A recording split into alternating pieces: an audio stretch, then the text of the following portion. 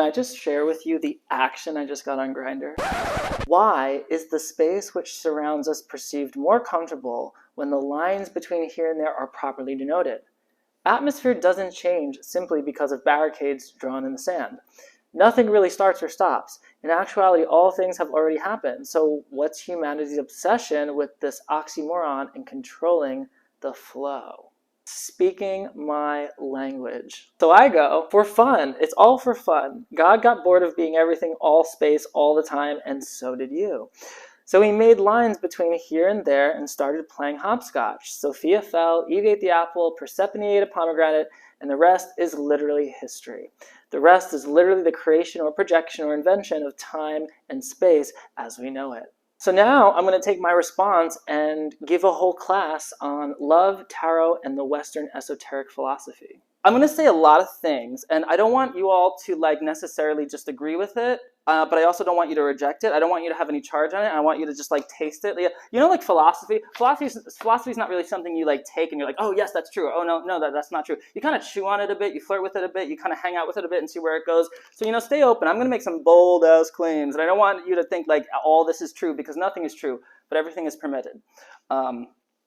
Okay, so, by the way, real quick thing, I'm going to tell everyone, if you want to download the slide, I have a lot of slides. I love slides. I love images. Speaking of demarcations and drawing lines in the sand, I love that kind of stuff. So if you want these slides, you can download them for free at my website, which I'm going to put in the chat right now. My website is tarotmysticismacademy.com. I'm going to put that in the... Oh, thank you so much, Aldo. So if you go to tarotmysticismacademy.com, you're going to see a little thing that says The Secret of Love and Tarot. You go, it's free. You just hit buy, and then you can download it. Okay, so let's get into this gig. Actually, I'm going to share my screen, because that's probably easier. And if anyone has any questions along the way, or shares, or just comment, or jump in. But yeah, so let's fall. Where are we going to fall? Let's fall in love. So this is the fall. We love this. Is this familiar to anyone? So this little guy comes out of, I think McGregor Mathers drew this. He was one of the founding fathers of the Golden Dawn. So he was a pretty smart dude, and he drew some stuff. But this is a depiction of Adam and Eve pre-fall and post-fall. And now listen, I just want to make it clear, I'm very interfaith. I sleep with all of the religions and all of the faiths. So it's all equal ground here. I play with all of them. So I'm going to be remixing a lot of ideas. And so this is, so Adam and Eve before the fall and post-fall. The biggest thing that this diagram is showing is the relationship between ultimate negation, which is awareness, the awareness of the one true being of source and everything, versus the quote-unquote knowledge of separation. Okay, so it's the illusion of separation, the illusion of lack, the illusion of ego. All that is kind of what this story is showing us, and this is kind of a tree of life Kabbalistic expression of that. But yeah, and so when this guy on Grindr says what do we love so much about these demarcations, the line in the sand, the barricades, these fortresses that we build that we make more comfortable than the pure space itself, that's the question that is being asked by every mystic, every sage, every good philosopher, every pioneer of any thought. It comes down to that. And when we look at love, when we look at dating, even in the most mundane moments of going in and out of a date and experiencing things and all the ups and downs of marriage and relationships, that is the question underlying everything. It's, why do I pretend that I'm separate when we're all united? Now, the thing about this kind of stuff is when you dig into the Eastern mysticism, this is the thing that they are relearning this unity, okay? But the guru, the magic of the guru, and I can't tell you this because I'm still playing the game of the illusion of separation. It's like a video game, right? We enjoy it. We pretend that we're separate beings when we're actually united. The guru, on the other hand, will know that he is complete. And by him knowing he's complete, he knows that you are complete, and he can offer you satori, enlightenment, or a transmission of spiritual awareness. That I can't give you in this class, but I can show you kind of what's going on in these traditions. But this is kind of an elaborate picture of the illusion, quote unquote, that we kind of jump into. The falling of Sophia, the eating of the apple, the eating of the pomegranates, because who doesn't want to get freaky down in Hades, right? It's a good time. We love it. Okay, so a couple just general things. So this page is all different forms of saying the cosmic nut. So when I don't know, when I was younger, everyone was like saying we're all one, but we're not all one. We're all none. That's kind of the thing. The core of all mysticism and a lot of Western esotericism is this idea of divine nothingness. And I don't mean like nothing like let's escape and like nothing is real, but like the no thingness. The experience, the mystical experience, what Eastern mystics might say samadhi, is the destruction of all separation and the realization of no thingness. So Aleister Crowley talks about this a lot. And if we want, we can talk about Crowley and stuff, but I don't want to go too much into it. But he says some really profound things. He says 0 equals 2, 0 equals plus 1 minus 1. And the idea behind this is that he proposes that when everything in the universe cancels each other out, when up above cancels below, east, west, hot, cold, all lovers and all things come together and cancel each other out, it brings it all back to this divine zero, which may be compared to, but is not, space itself. So the psychologists have talked about, I don't know which one, but there's this idea of this divine urging, that all of us have this inherent urge to return to this oneness, which is rather actually noneness, and everything we do, our desires for career, our ambitions, the way we create and destroy relationships, everything we do is some complex manifestation of that divine urging.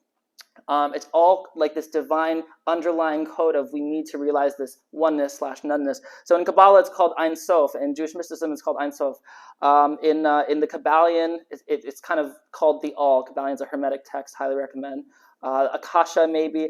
In the Upanishads, they just say neti neti, which means not that, not that. Because when we reach the ultimate ground of reality, what we're doing is we're approaching something that can't be described, right? So it's something that's so indescribable. And it's really like when you read the mystical text, these sages, they're not talking about even a reality. They're trying to describe an experience that they can't describe. So what do? They use negation. They say it's not this, it's not this, it's not this, it's not that. Or if you're on the Western end of things, if you're in the kind of Western esotericism and some forms of magic, you might do the opposite, saying, yes, yes, it is all those things. It's kind of like the reverse, but being the same thing. This is Crowley's idea of nuit. In Zen, this is called the sunyata, the void. Yeah, and I love this quote from the Book of 24 Philosophers. God is an infinite sphere whose center is everywhere and whose circumference is nowhere. So good. So all this stuff is describing an experience that kind of is indescribable. So we have to know that before we proceed. Because what I'm going to do is what you can't do. I'm going to attempt to do something and it's going to fail, but it's going to be fun anyway, which is play with ideas to try to describe the sheer awesomeness of reality and how love, mirrored in tarot, reflects that search, but also play. It's like the illusion of lack, but also the gain. The chase, which is fun, but is also can be difficult and weird, and life is up and down. I guess it's kind of, we can say this is a little bit of a Jnana yoga kind of approach, because I love ideas. I love ideas. And I want to introduce the tetractys. I've been hanging out with the symbol for a while now, and it's like the father of all occult symbols. It comes straight from way back 600 BC with Pythagoras starting his school and being the father of philosophy, which is philosophy being the father of a lot of science and being extremely influential on obviously Plato and then Neoplatonism and then Hermeticism and thus the Western mystery traditions that I'm talking about, which ultimately gave birth to tarot. And I'm not an academic, I'm not a historian, so you can't really trust me with anything I say. But I like to orient myself in time, in the illusion of time and space, to kind of get a sense of where I'm at, what's going on, what's influencing what. But this, I love this symbol because one, it's old, and we love to fetishize the past, right? We like to go back, and this happens throughout history, right? But we love to fetishize the past, and we love to kind of imagine what they were talking about and look for that perennial philosophy, that ultimate truth that always is. So this is the tetractys, and I like it because it's simple, but I also like it because it says so much in such simple terms. The tetractys shows us a division of the ultimate unity, the ground of being, the creator of the universe, God, Brahman, whatever, Atman, not necessarily Atman, but like the ultimate ground of being. And it shows us, it creates the bridge between our experience and the experience of ultimate reality. Now, you don't have to agree with me, but I would bet most people would agree with what I'm about to say. You don't have to agree. But a lot of life we experience suffering, okay, right? And we experience what seems to be limitation. I can't do this. My life will eventually end. I only have so much time. I only have so much money, da, da, da, da, da, right? Yet, if you're watching me and you've gotten this far in this talk, you're probably on some sort of spiritual path or magical path or esoteric path, or maybe you're just crazy like me and that's cool. Maybe you're psychotic, but whatever. If you're any of those, then you likely have an intuition that what we are looking at and what we are experiencing, what seems final, what seems limited, is not quite correct. Okay, it's like our intuition says something else, and I believe that most people, when you ask them enough, and when you really dig down into it, there eventually is this experience or intuition of infinity, of absolute infinity. And listen, this is not me saying it. I've experienced this, but this is the sages and the prophets and the people, and people have been saying this for years, for all eternity, right? There's this if you read any mystic, read any occultist, read any there's this intuition of infinity. It's the best way I can kind of describe it. So what a lot of mysticism and in some ways high magic does, and the tarot does, is it tries to create a bridge between what we intuit as infinite and what appears to be finite.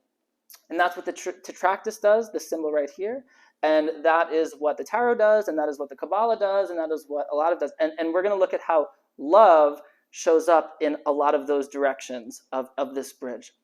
So if you're reading this is kind of like, and this is not, probably doesn't sound that strange, it's unity, it's the monad, it's the point, it's the oneness dividing into two-ness. How does everything experience itself through division? And that's going to be a key point I'm going to talk a lot about. Into two-ness.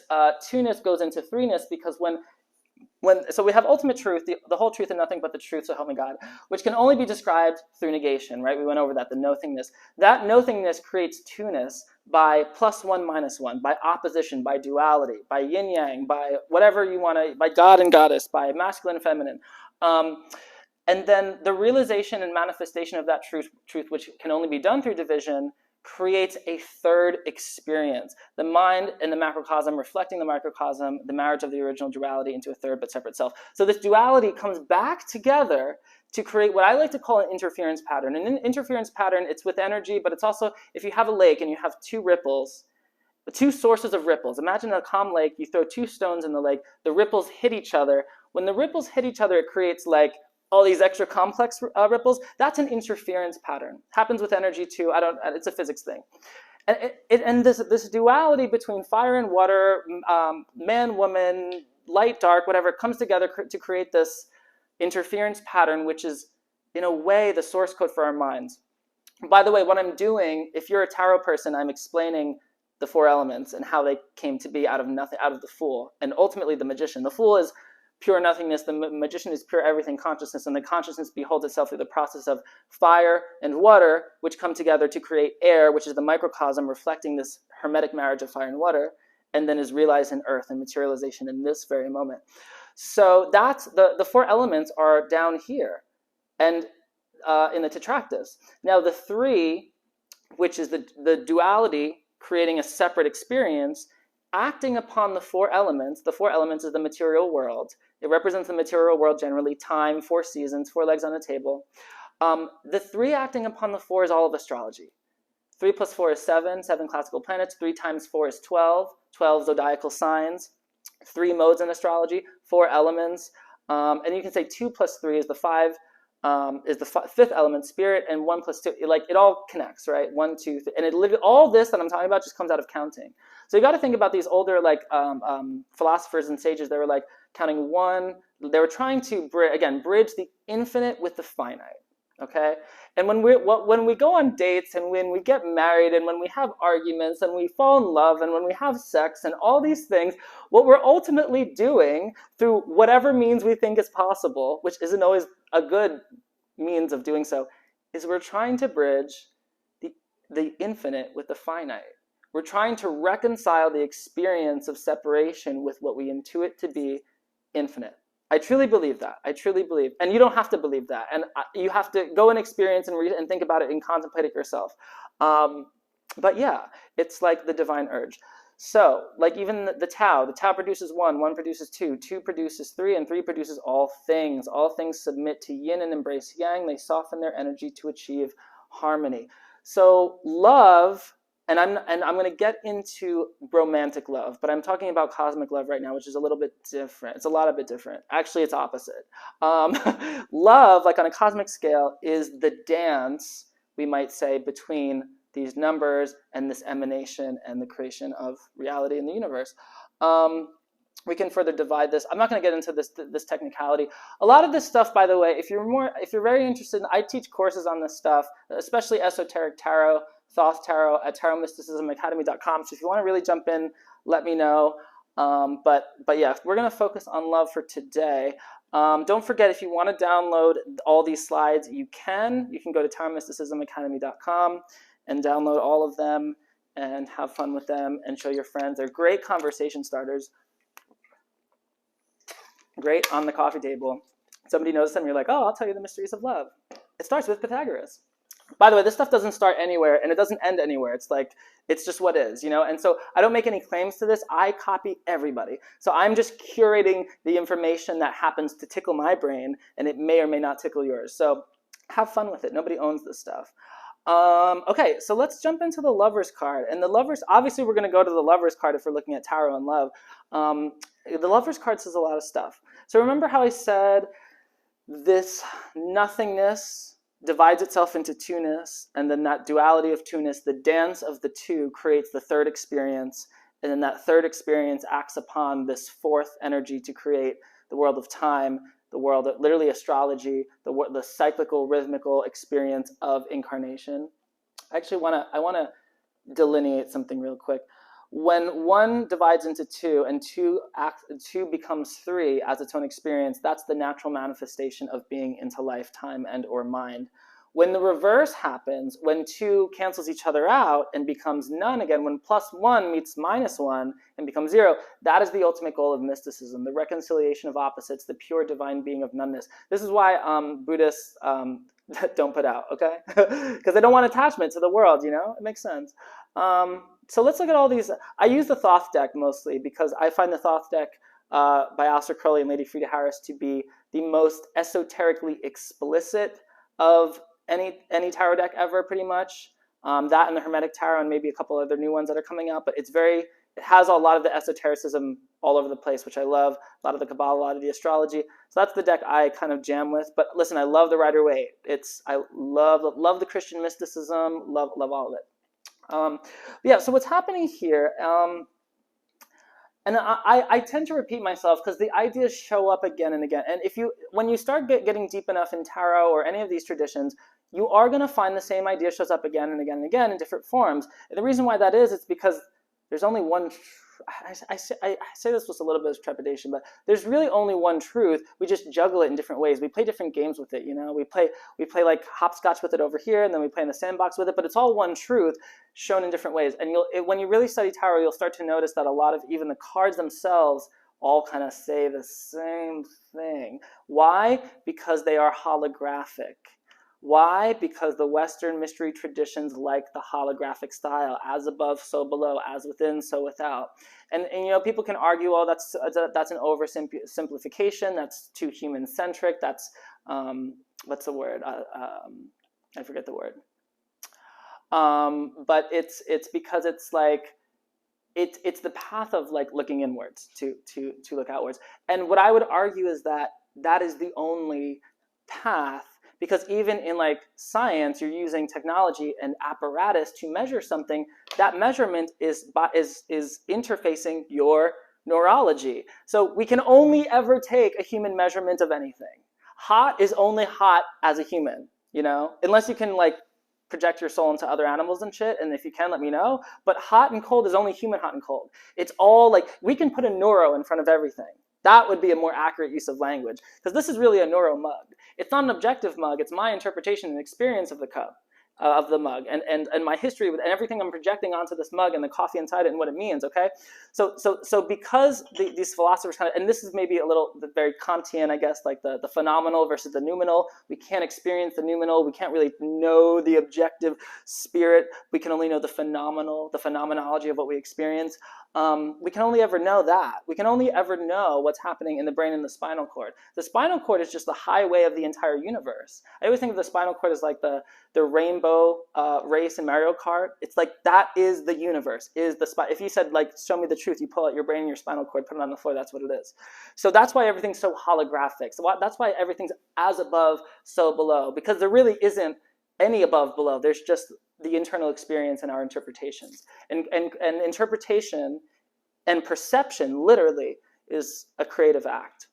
It's like something like 90%, 95% of your perceptions are filler, is what you're just projecting. It's very interesting. So, what does that have to do with love? Oh my God, so many things. First of all, I'm going to come back to this, but this is a very important thing. As above, so below. We can take that and that's very prevalent in the tarot. Every card shows some element of as above, so below. But the idea that the macrocosm, the ultimate large world, is reflected in our experience in the lower world.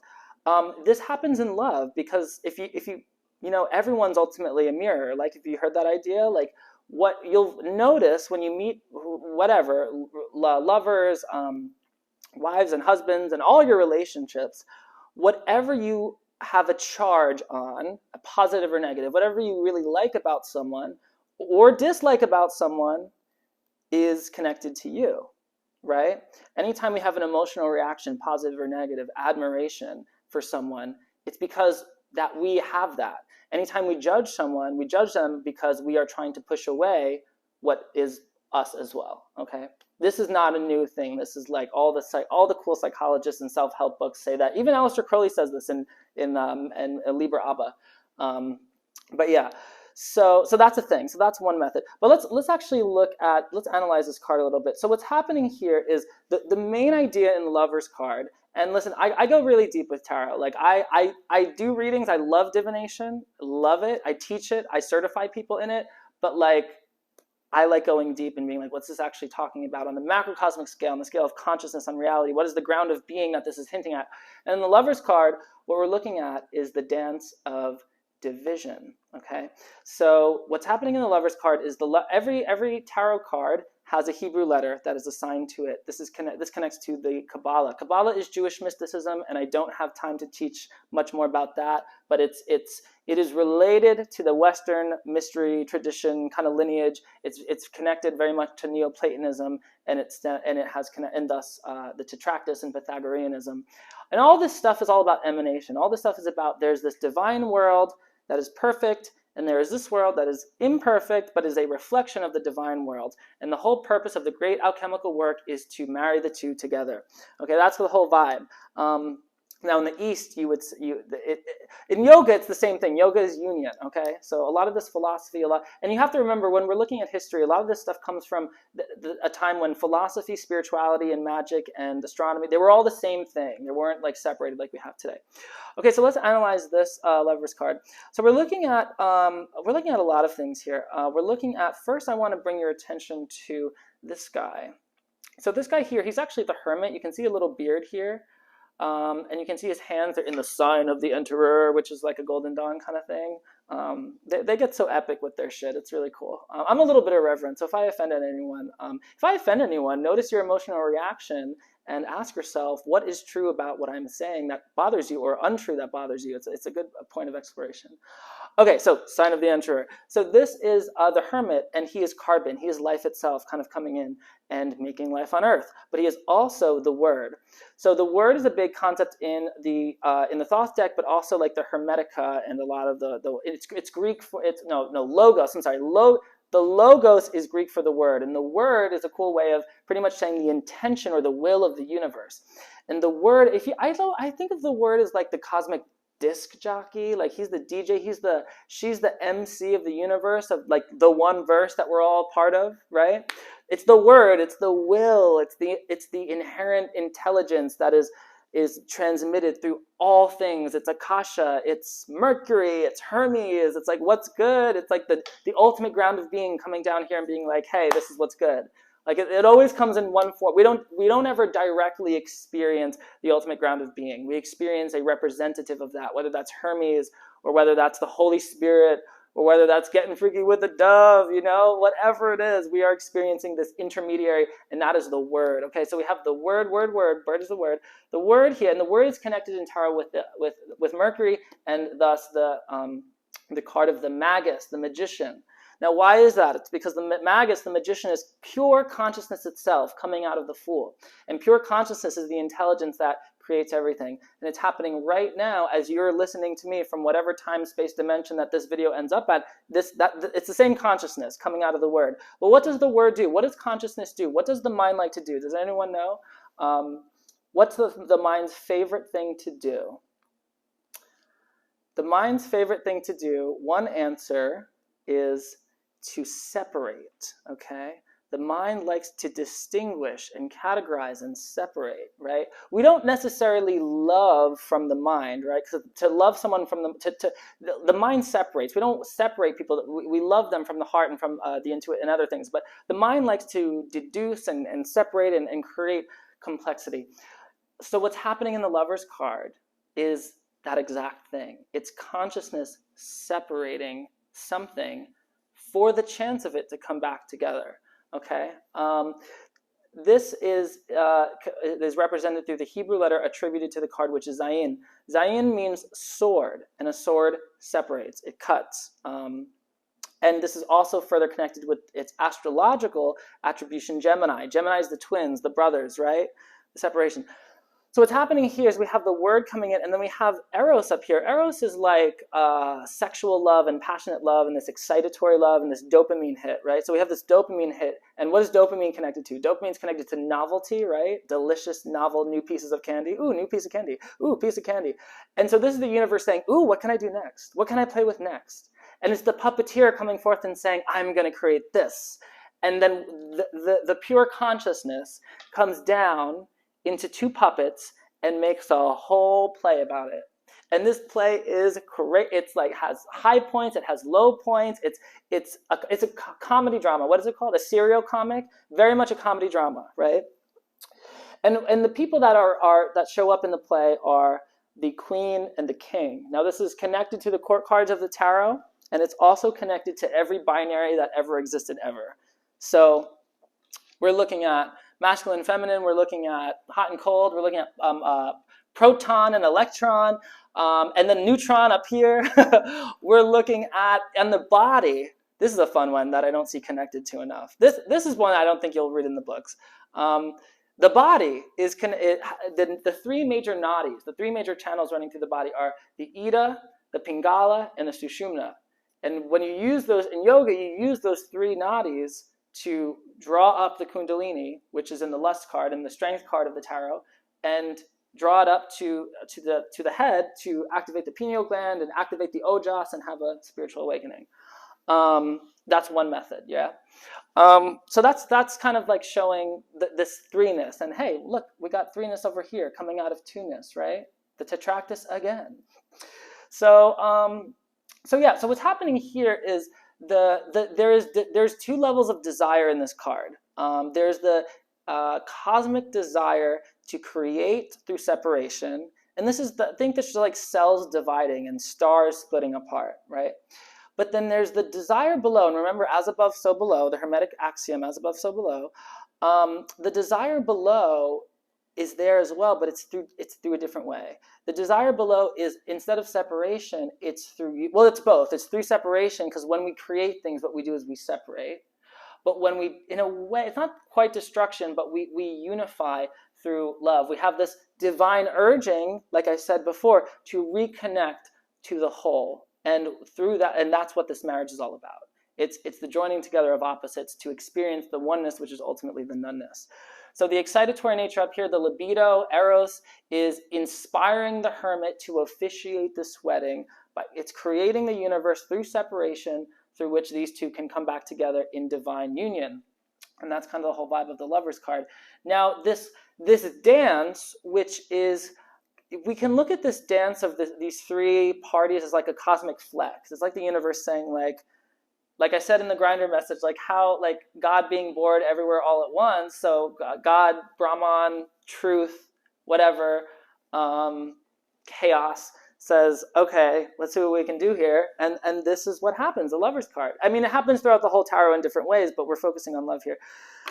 In the Wheel of Fortune, we see these three energies again, but they're shown in a different way. Now, what I recommend all my students to do is to take this card as a bookmark and read the Bhagavad-Gita, because the Gita is so freaking deep, and I have to read it again.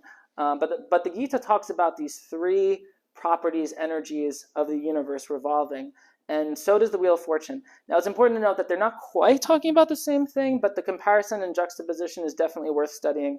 But the Wheel of Fortune is the card of the machinery of the universe in flux.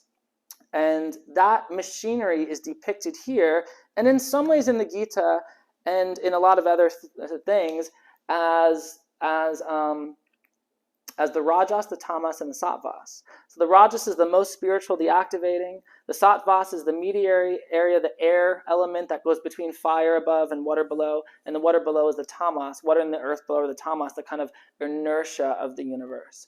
And that's represented by our three deities here. We have sulfur on the top of the Sphinx. We have Mercury, sulfur, which is Rajas on top of the Sphinx. We have Mercury, which is the kind of in-between. And then we have, which is the Sattvas, and then we have Tamas going down. So in the traditional tarot decks, like pre-Golden Dawn, you had like the king that's like, I forget what it's called, but it's like, I will reign, I have reigned, and then he's like suffering at the bottom. It's like the wheel of life.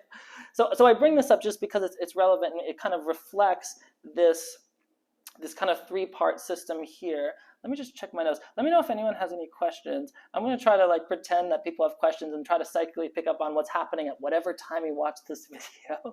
That'll be fun. Now, this threeness, this dance of threeness, which is an act of love, which is the eye of Shiva being closed in a way, because when it's open, it like destroys the universe. This closed eye of Shiva, this dream of Brahman, this dance of these three extremes, that's like divine love. But what's fun about this is that there's a little bit of what I call the cat string theory. That's probably somebody coined that, but like the cat string theory is like you have the string with the cat, and when you don't do anything with the string, it chills. But when you start pulling away, the cat chases it, and then you chill, and it doesn't do anything. Like, how many relationships have been like that, right? How many times has there been like a tug of war of like when you want them, they're gone, but when you stop wanting them, they show up? It's very natural. It's very natural because what happens is that's the chase of samsara in a way. It's like when we're chasing something, when we put pressure on something, when we expect anything from anyone, literally evolutionarily, it's coded in the back of our brain. The reaction to that is resistance, right? But when we don't want them, we get them, right? And that's kind of the dance of the Wheel of Fortune in a way. And that's kind of the dance in a way. And transcending that, which in the mystical quest is letting go of attachment, is what would be considered coming to the center of the wheel. And the center of the wheel does not move. It's still. Everything else moves around it. So how can stillness and movement happen at the same time? The center of the Wheel of Fortune. This also solves how is something infinite but also finite. Different metaphors describing the same thing. So in the realm of love, it's like this is where we shift from the romantic love of the chase and attachment, which says, I perceive that I am incomplete, so will you complete me, right? We all know that one. We all know that one. We love that one. It's part of the game, okay? And then that's the movement of the wheel. And we chase, and we have so much. It's a merry-go-round. Listen, oh my God, it's what makes the world go round. It's what makes the economy go around, you know? Insecurity is the most profitable thing in the world. The illusion of incompleteness, the most profitable thing in the world. Why do you think we're even studying this shit? It's because we think we're actually part of us somewhere thinks we're incomplete. So we look at the tarot and say, are we incomplete? And the tarot says, no, you're good. But we keep doing it because it's fun. We're having a good time. I just got really real with you there. Notice if anyone had any emotional reaction to that. Maybe someone's like, this guy's a quack. I am a quack. This is totally not real. I'm just making this shit up as I go along. But yeah, truth be told, it's the pivot point in love is when we release the illusion of incompleteness, which often which the strategy for incompleteness is please complete me, and we go into looking at someone and saying, damn, universe, wow, you really got me with that one. Look at that. Like, you ever just look at someone and just with complete admiration, without drawing them into your world and comparing and whatever, just look at someone and be like, what a beautiful human. Or maybe this is more relatable to like a sunset or nature or something. I'm not a very big nature person. I love the indoors. But like, you ever look at something and you're just in sheer awe of it, like a child? Like that's like kind of like the center of the wheel, where you're not, there's no conditions around that experience that concern you besides pure joy. And then you can watch the wheel go from the center. That's a beautiful place to be. I definitely got off tangent with that one. And there's so many more things we can talk about. I like models too. This is a fun model of the anxious avoidant attachment styles. You know, attachment styles, they got really popular over the past few years. They're really interesting. The attachment styles are like, I don't know who first did it, but the psychologists researched kids and their relationship with their moms, and how that, obviously a lot of it comes from like our childhood development, but depending on what your relationship with parents shows your current relationships. And they kind of created this model of attachment styles, and the attachment styles are the anxious attachment style is the one that says, I need you, oh my God, where are you going, like what's wrong? And the avoidant is like, oh my God, don't get too close, don't get too close, don't get too close, right? It's the fear of somebody leaving you, and it's the fear of somebody actually coming to you and you experiencing love. Those are two other ones we love, right? We love those, and we've all been in both of them probably. We've all been the one running away and the one chasing. But that shows up in this game too. That shows up in the tamasic, the Hindu tamasic, or the salt. By the way, when I say salt and mercury and sulfur, I'm talking about alchemy. So these are the three properties of alchemy, which we can compare to the three gunas of the Gita. They're probably not different, but for our purposes, we'll just talk about them as the same. So like the salt energy is like, please don't go. And then the sulfur energy is like, oh my God, I need my space. And the mercury energy is the dance between the two. So yeah, it's like a pattern. It's fun. And when I say this is fun, it's like, I mean like, in all, it's not fun when you're in it, but when you can zoom out of it and stand in the center of the wheel and behold the dance that's happening, you can be like, wow, this is really something, you know? I mean, like, so, you know, life is a movie, life is a video game. Sometimes it's a horror movie, but we do love it. We keep watching, right? When we're driving down the parkway and you see an accident, and you gotta look, you have to look. And there's something about that. We're sick. And that comes into the shadow work aspect of, we have to admit that we are a little bit fucked up. Okay, so here's the Wheel of Fortune from and look, 3 acting upon 4. Oh my God, creating all of astrology, creating all of time, creating all of the cyclical nature of the universe. Yeah, because remember, 3 is that third experience of duality.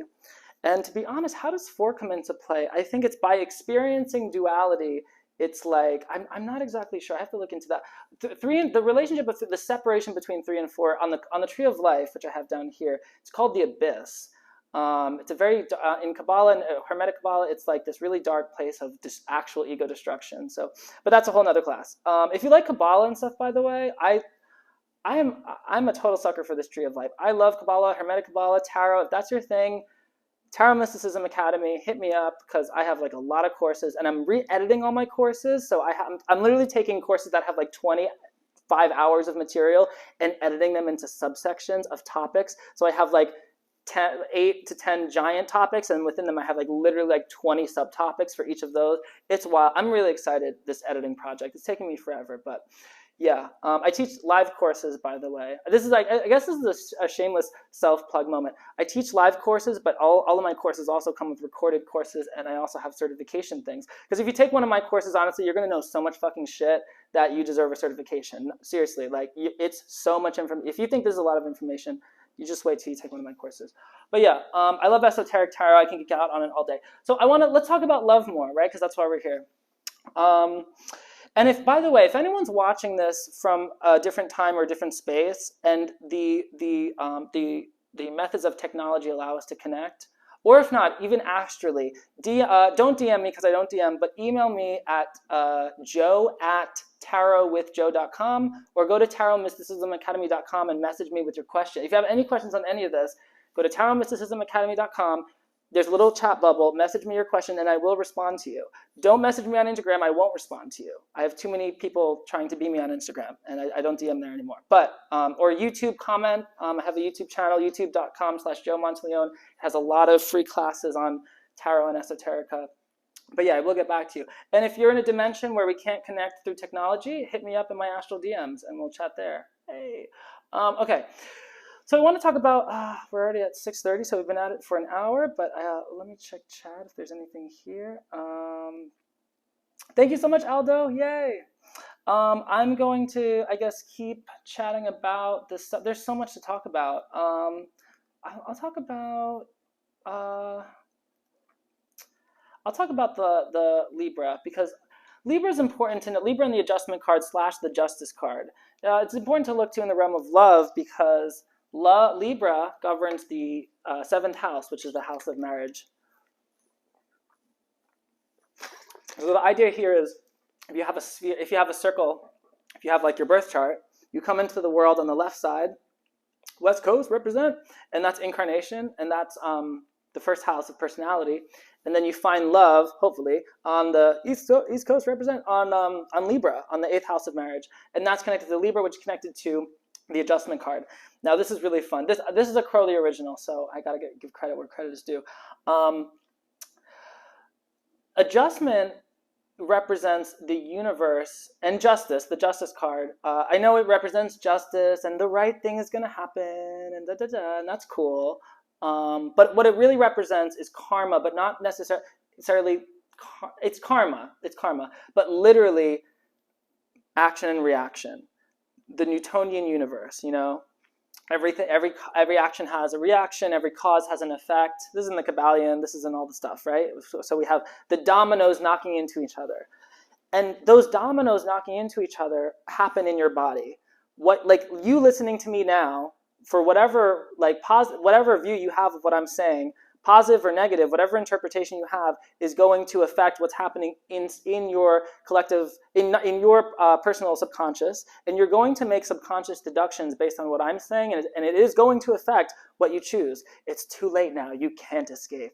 But that is what is being represented in the adjustment card. It is the causality, literally in our karma, in our energy, and I can even tell you the speed at which this happens.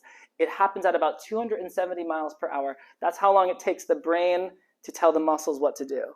That's how long it takes thoughts to go into the body and create chemicals and glands and all this stuff and create memorized emotion. And karma, when we really look into it, what is karma? Karma is the emotion of whatever fucked up thing happened to you at a young age or whatever lifetime that you have memorized in your body that keeps you feeling certain things and doing certain things and manifesting certain things over and over again.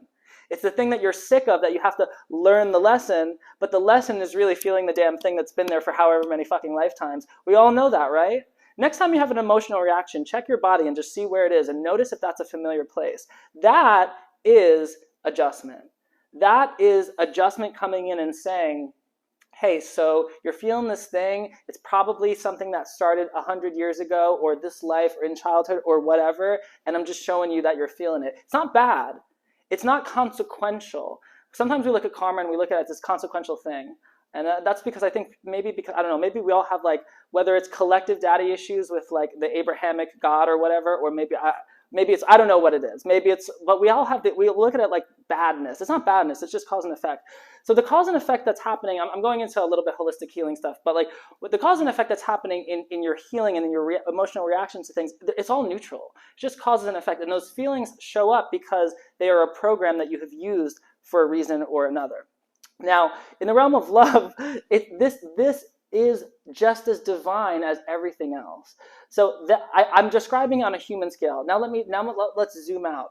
This is the action and reaction of every star and gravity and all. And this, I don't know how many forces in the model of physics we have today, but the strong force, the weak force, this force, that force, all of that is the realm of adjustment, which has roughly this idea of like cause and effect. Okay, so this all comes out from a cosmic scale and on a personal scale, this all comes out of divine no-thingness, nothingness, like I introduced to you before, which is also peace. On a personal scale, this is peace. This is like Buddha consciousness, Christ consciousness. Like out of that consciousness, we can choose trauma and drama and joy and attachment. And the trauma, drama, joy, attachment dance that we do, which is a form of love, is adjustment. It's the +1 and the -1 that is ultimately reduced into the 0 that is the Fool. It's an expression of nothingness. That's why the Wheel of Fortune goes up and down. That's why there's a rhythm. You need this polarity. All sensation happens in a wave, right? There's a commencement, there's an apex, and there's a recession. That's what vibration is. There are waves, okay? The waves are polarity between one and the other. See how I'm connecting it to the tetractys? The polarity creates the ability of a waveform. The waveform has those 3 parts that create sensation. And the sensation is experience of incarnation, which is the Newtonian universe, karma, and literally this moment. The way that you're reacting to everything I am saying, it's all the software of causation in the adjustment card, which comes out of, which is a divine, and I mean this here, divine disproportion of 0. Or rather, yeah, it's the imbalance of perfect 0. Perfect 0, as a state of mind, would be samadhi, would be the subject equals the object, would be everything's happening all at once. It's the awakened state, the fully awakened state. And that is represented by the Fool. These two do a dance together. Fool represents nothingness, whereas adjustment represents nothingness in all of its divine manifestation. And the reason why they are connected is because when you take the Hebrew letter attributed to the Fool, which is Aleph, and you bring it with the Lamed connecting with adjustment, you get the word Al, which means God. And when you reverse Al, God, you get not. So there comes back to this idea of nothingness going into something and somethingness returning to nothingness that I introduced in the tetractys. So Al means God, which we might say is above here. And the law, its reflection, its reversal, is all of its manifestation. The notness, the not godness. Now, we can say this the other way, but the reverse of this would be the notness above, the nothingness, manifests itself as, quote-unquote, God. The law becomes the all through all this manifestation. 2 sides of the same coin. It's the 2 sides of samsara and nirvana, right? Two sides of the same coin. That's why, Zen masters say before enlightenment we carry wood, chop water. After enlightenment we carry wood, chop water. I know I said that wrong, but I always say it like that, chop water. I don't know, it's just funny. We carry water, chop wood. After enlightenment we chop wood, carry water. So yeah, they create a really cool relationship here. And that's why the Fool is represented as, like, we have this gesture idea, and here we have what's called the Harlequin in Crowley's deck. Okay, so yeah, I guess the main point that I want to drive home tonight is I want to present to you all maybe a intellectual or philosophical model of mysticism and how that shows and how that plays out in love, both in divine cosmic love of everything being created, but literally in whatever emotional reaction you had to the person last. That is part of divinity as well, Cool. Let's see, 15 minutes left. Cool. So I think what I would like to do is, what else do I want to do here? I could talk about elements in Kabbalah, but that would take me a while. But actually, let's just connect them. Why not? Yeah. So I love the Tree of Life. I love a good idea. It's just such a good idea. So the Tree of Life is another expression of the tetractys that I introduced you before. And what's happening here is, remember before we had those, remember the Lover's card? Let's look back at the Lover's card. And you can use this in the Weight deck too. You have Raphael coming down, and you have Adam and Eve. And what's happening in Adam and Eve? Eating of the apple. Eating of the apple is the knowledge of the knowledge of good and evil, which is the illusion / knowledge of separation, right? That's what that whole myth is about, okay? And like, the Bible's freaking cool. Like, I don't know, like, I'm not saying y'all have to read the Bible, but it's pretty. I've never read it, but it's pretty freaking cool. Like like when you go into the mystical aspects of things, it really is saying the same thing as everything else. You just have to read between the lines and kind of like, there's something called hermeneutics. I don't quite understand it, but hermeneutics is like, it's like the study of the context and the intent of writing. You have to dig into the hermeneutics with some of this stuff. And the reverse is true. You can also throw away the hermeneutics and throw away the context and make your own context. That's what I do all the time, and find your own truth. That's actually probably the best. But so the Lover's card, like I said, you have this consciousness coming in and dividing, because what do minds do? What do brains do? It divides. And then through that, after that division, we have the chance of union, the illusion of separate selves coming together in a dance, right? Because I can't do a tango with you if we're just in one body. But if we're in two bodies, we can tango, and if we're in three, well, it just gets even more fun from there, right? And that, like even the Orphic egg is kind of a symbol of that, and these symbols have. This is not all that these things symbolize, by the way. Like especially if you're playing with Crowley, oh my God, he has like a CVS receipt of associations for every symbol that he used. Like there's so much stuff there's so many layers to this stuff. But yeah, but for our purposes, we have this pure consciousness dividing itself, coming back together. And in the Tree of Life, that's kind of what's happening as well. So the elements on the Tree of Life, by the way, is a Kabbalistic model of the universe. It shows a map of creation, of everything, but also of your psyche, of you, of me, of the universe, but also the subjective Y-O universe, which is also the objective universe. They actually meet when you go far enough. So what's happening here is you have there are 10 emanations. There's 10 spheres of being. The best way to describe it is this. I'm just going to say it. So you got crown one. You have the crown, which is the Sephir Keter, and that's God. I say that with trepidation. God. That's Source, Brahman, the Creator, or more specifically, if you want to get really, it's the Godhead. So it's like the supreme nucleus of God, like the supreme creator, whatever. The source of all. And what that source, chaos, does is to create, it plays a video game. And the video game is Hokmah, okay? It's a really fun game. It's very expansive. It has a lot of wisdom. That game is so fun that in that game, the character that God is playing as plays a video game. And that game is Binah. And Binah is another emanation of God, okay? And Binah is so fun that character plays a video game in that video game, and it keeps going until you reach this moment. This is completely true. I don't know what game, but it's maybe Pokemon, because we're working with all the elements and stuff. But you have this like Russian doll effect of emanation, and so the model is created through the opposition of, on the one side you have fire, so these three Sephirot, these three video games are fiery and these three are roughly watery, and the dance between the two of them creates it's the love making of the universe. I'm looking for my I have string, and I do cat's cradle. You know when you do the string and you pull the string apart with two hands and it shows the diagram? I do that to drive the point home, but you get it. So that's kind of love on like a cosmic scale. And yeah. Now, this is fun. Now, let's go into romantic love. I probably, do I have like 5 more minutes? Okay, 5 minutes left. We're going to quickly cover romantic love, because that's probably what you all came for anyway.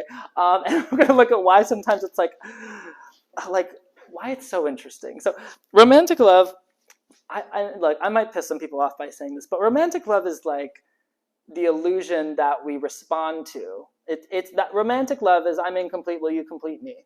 Or it's I'm incomplete, don't get close to me, you'll see my incompleteness. Whichever game you play, wherever you're everyone plays that I really believe everyone has played that at one point in their life. And it's because if you're incarnated, you have this thing of like, why am I actually not complete, right? It's suffering, right? And it's really interesting when you look at the Lover's card. The Lover's card is Gemini, and Gemini is represented by the 3 cards. The 3 deacons of Gemini are represented by the 8, 9, and 10 of Swords. And you know, you first look at this and you're like, that doesn't look like love. But then you kind of look at it and be like, well, if you really think about all the relationships, I don't know. I've seen a lot of relationships that look like this. Not everyone. You know, I used to read on a psychic hotline, so that's why. So maybe I'm a little bit skewed. When you read for a psychic hotline, this is what the love is like. It's like this, but not for everyone. But it's what the path of Gemini is showing is, like I said before, it's the creation through the illusion of separation, the demarcations that the mind projects onto space itself that lives in, you know, like I said on my Grinder message, that fortress that was constructed, that we construct, that we delineate, that we project, and it's fun. It's limited. It is a limitation, but the limitation is fun. I went to art school. I have to apologize. I'm still recovering from art school, so I can be a little artsy fartsy sometimes and like over explain, and I have a weird style of writing. But in art school, one thing I learned a lot of things. One thing in particular I learned was the use of organizing principles. And organizing principles is using limitation to allow for the art to exist. Because if the art could be anything, it would be everything, and it would just run off in every direction. But the organizing principles let it. So this is like the limit. So that's what you kind of want to look at in allow all of these experiences, the 8, 9, and 10 of swords. Like even like you can go as far as like death itself as like the limitation that allows for the art to exist, the space that will eventually be filled by something else, right? We know this stuff, but yeah. So I want to. My last thing is, remember this. The source from this is Letting Go by David Hawkins. David Hawkins is honestly. Y'all probably like alchemy if you're watching my stuff here and Witchfest. If you like alchemy, that's awesome. But if you want to do some like real ass alchemy, and I mean like self-development, like dealing with your shit and healing and growing, David Hawkins is a brilliant psychiatrist turned mystic. And he wrote this book called Letting Go. It's one of my favorite books. And I link a lot of his work with Kabbalah and Mysticism and Tarot and all that, because it literally is ultimately, when you finish the book, you see that it's really mysticism. It's the mystical path, not as intensely as like maybe, I don't know, like certain, you know, it's not like we're doing yoga, like intense yoga or Kundalini stuff, but it is the mystical path. And in the realm of love, and this is romantic love now I'm talking about, these are some things to consider. First, feelings or programs learn to influence others. I know some of you might not agree with that, but that's just what it is. You learn a feeling at a certain age, it does something, you use it again. It's the action and reaction of the body, mind, consciousness, and it is the adjustment card. It is the action and reaction that we have learned over time. And it is in a way, it's a departure from peace. Not a bad departure, but it is a departure from complete neutrality. Most of what we think of as love is attachment. So yeah, there's a lot of things here. Guilt, I talk about. Feelings are just ripples in the ocean of just things to consider in navigating relationships in general, that if you remember these things, it'll just do a lot of cool things. Yeah, cool. So I'd like to just say one more time, I want to thank everyone so much for coming here, and everyone who didn't come live. It's okay. It's meant to be what it is. I had so much fun. I had so much fun with Aldo. Thank you so much, Aldo, for all your support. And just having you here was so fun. If you have any questions on this stuff, go to tarotmysticismacademy.com and go to the little message bubble, or email me at joe@tarotwithjoe.com. I do have a lot of courses on this. I actually have an entire curriculum on tarot, going from beginner tarot to esoteric tarot to super esoteric tarot to professional tarot. It's like a lot of stuff. And I'm almost always teaching a course. And I have a YouTube channel that has a lot of good information for esoteric tarot. So the stuff that's not talked about as much, like Thoth Tarot, Kabbalah, astrology, and all those links and stuff. So if you want to really jump in the wormhole, follow my YouTube, subscribe to my YouTube, youtube.com/Joe Monteleone. And you can, I have an Instagram, Tarot with Joe. I have a TikTok, Tarot with Joe. And yeah, that's about it. Thank you all so much for watching. Don't hesitate to reach out. I do love to chat. Much love.